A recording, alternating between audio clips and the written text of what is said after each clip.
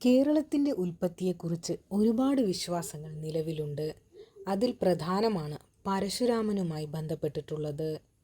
ഹിന്ദു പുരാണമനുസരിച്ച് ഭഗവാൻ മഹാവിഷ്ണുവിൻ്റെ ആറാമത്തെ അവതാരമാണ് പരശുരാമൻ. പരശു എന്ന വാക്കിൻ്റെ അർത്ഥം മഴു എന്നാണ്. തൻ്റെ പിതാവിനെ വധിച്ചതിന് പ്രതികാരം ചെയ്യാനായി പരശുരാമൻ എല്ലാ ക്ഷത്രിയരായ പുരുഷന്മാരെയും കൊന്നൊടുക്കി അവരുടെ രക്തം കൊണ്ട് 5 തടാകങ്ങൾ നിറച്ചു.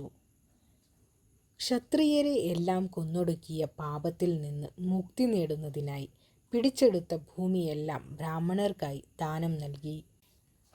ബ്രാഹ്മണരുടെ ഉപദേശമനുസരിച്ച് മനഃശാന്തിക്കായി പരശുരാമൻ ഗോകർണ തീരത്തെത്തുകയും അവിടെ വെച്ച് വരുണദേവന്റെയും ഭൂമിദേവിയുടെയും അനുഗ്രഹം ലഭിക്കുകയും ചെയ്തു. തുടർന്ന് അവിടെ നിന്നും കന്യാകുമാരിയിലെത്തുകയും അവിടെ വെച്ച് മഴു കടലിലേക്ക് വലിച്ചെറിഞ്ഞപ്പോൾ കടലിൽ നിന്ന് ഉയർന്നു വന്ന പ്രദേശമാണ് കേരളം എന്നാണ് വിശ്വാസം.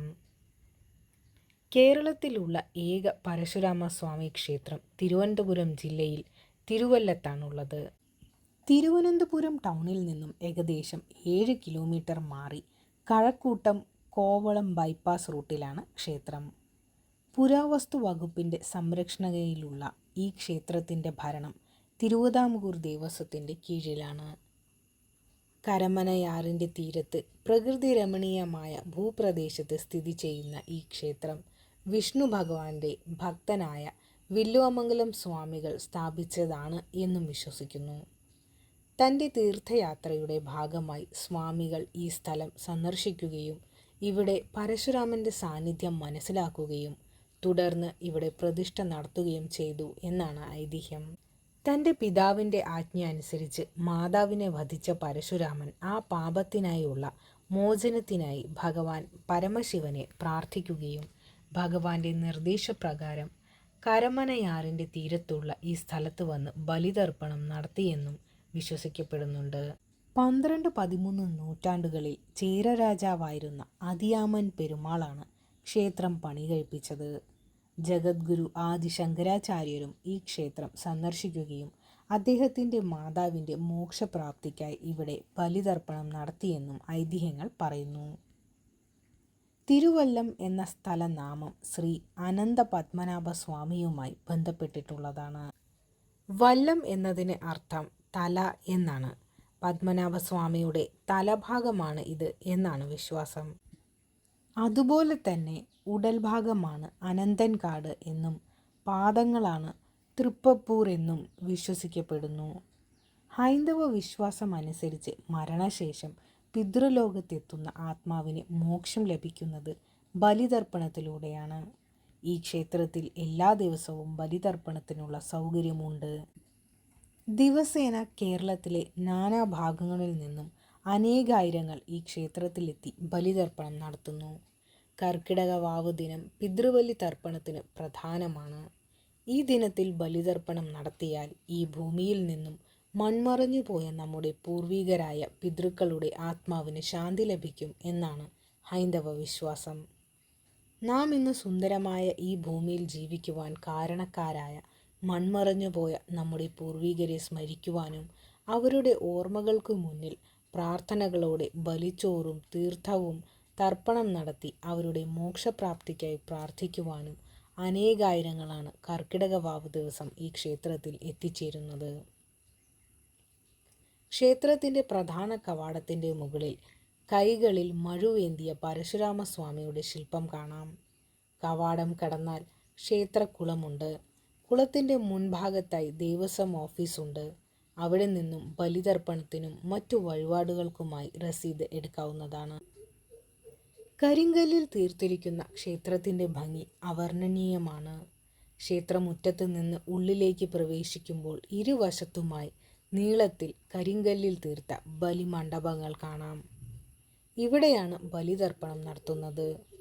ഒരേ സമയം 100-ലധികം ആളുകൾക്ക് ഒരുമിച്ച് ബലിയിടാനുള്ള സൗകര്യമുണ്ട്.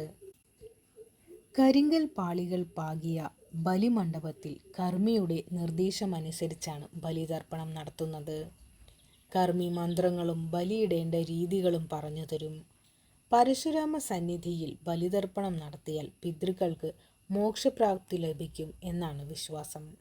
ബലിതർപ്പണത്തിന് ആവശ്യമായ പൂജാദ്രവ്യങ്ങൾ മണ്ഡപത്തിൽ നിന്നും നൽകുന്നതാണ്. ദർഭ പുല്ലുകൊണ്ട് പവിത്രമുണ്ടാക്കി മോതിരവിരലിൽ അണിഞ്ഞ ശേഷം വാഴയിലയിൽ എള്ള്, പൂവ്, ദർഭപ്പുല്ല്, ചന്ദനം, ഉണക്കലരിച്ചോറ് തുടങ്ങിയവ കൊണ്ട് ബലിയിടുന്നു. ശേഷം ഇലയോടുകൂടി എടുത്ത് പുറത്തേക്ക് വരുന്നു. ക്ഷേത്രത്തിൻ്റെ മുൻഭാഗത്തായി 9 കല്ലുകളുണ്ട്. ഈ കല്ലുകളിൽ ബലിച്ചോറ് അർപ്പിച്ച് വേണം കടവിലേക്ക് പോകാൻ.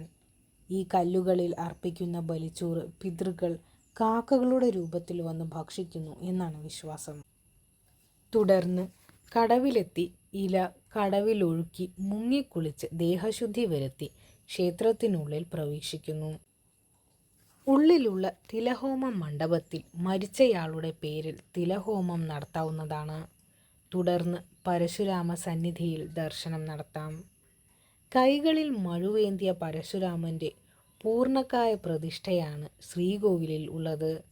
പ്രധാന പ്രതിഷ്ഠയ്ക്ക് സമീപം ബ്രഹ്മാവ്, വിഷ്ണു, ശിവൻ എന്നീ ത്രിമൂർത്തികൾക്ക് പ്രത്യേകം ശ്രീകോവിലുകളുണ്ട്. ത്രിമൂർത്തികളുടെ പ്രതിഷ്ഠയുള്ള അപൂർവം ക്ഷേത്രങ്ങളിൽ ഒന്നാണിത്. കൂടാതെ ഗണപതി, ശ്രീ മുരുകൻ, ഭദ്രകാളി, കൃഷ്ണൻ, വേദവ്യാസമുനി, മത്സ്യമൂർത്തി, നാഗങ്ങൾ എന്നീ ഉപദേവതാ പ്രതിഷ്ഠകളും ഉണ്ട്.